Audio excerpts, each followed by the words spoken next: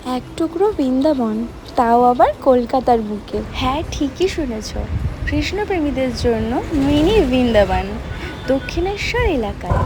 Dakshineswar metro station থেকে বেরিয়ে টোটো ধরুন এবং সোজা চলে আসুন কাঠিয়া বাবার আশ্রমে।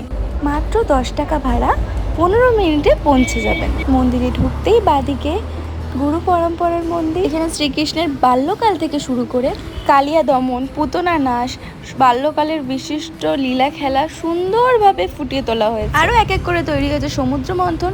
এত সুন্দরভাবে শ্রীকৃষ্ণের জীবনী তুলে ধরা হয়েছে, চোখের সামনে দেখে মনে হবে না এগুলো স্ট্যাচু, মনে হবে এগুলো লাইভ দেখছি। সমুদ্র মন্থনের এই বিষয়টি পুরো একটি কাচের ঘরের মধ্যে তুলে ধরা হয়েছে। একদিকে দেবতাগণ, একদিকে অসুররা। সমুদ্র মন্থনের ফলে যে বিষ নিগত হয়েছিল, সে বিষ কিন্তু মহাদেব পান করছেন। আর মহাদেবের সামনে যে মূর্তিটি ছিল সেটি হচ্ছে কামধনু, আর তার সামনে আছে ভগবান বিষ্ণুর কচ্ছপ অবদান।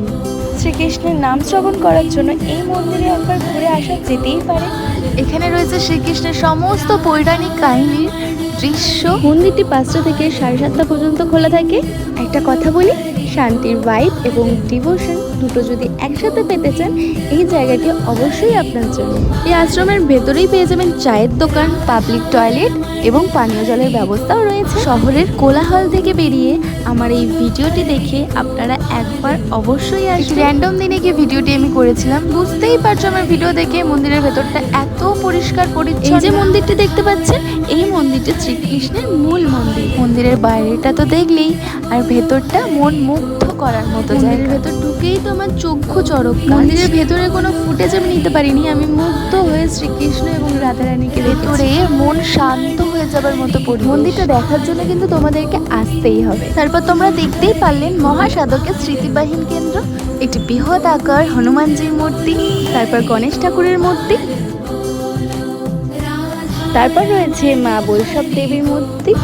মন্দিরটি না একদম গঙ্গার পাশে। মা গঙ্গার শান্ত হাওয়া পুরো জায়গাটাকে যেন শান্তিময় এবং ভক্তিতে ভরিয়ে রেখেছে। মন্দিরটি 5টা থেকে 7:30 পর্যন্ত খোলা থাকে।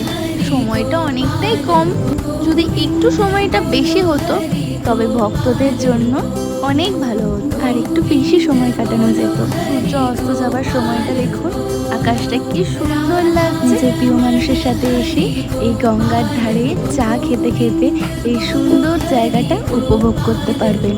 তোমাদের যদি আরও কিছু জানার থেকে কমেন্ট করবে, আমি নিশ্চয়ই রিপ্লাই করবো, আর ভালো লাগলে লাইক করে দিও।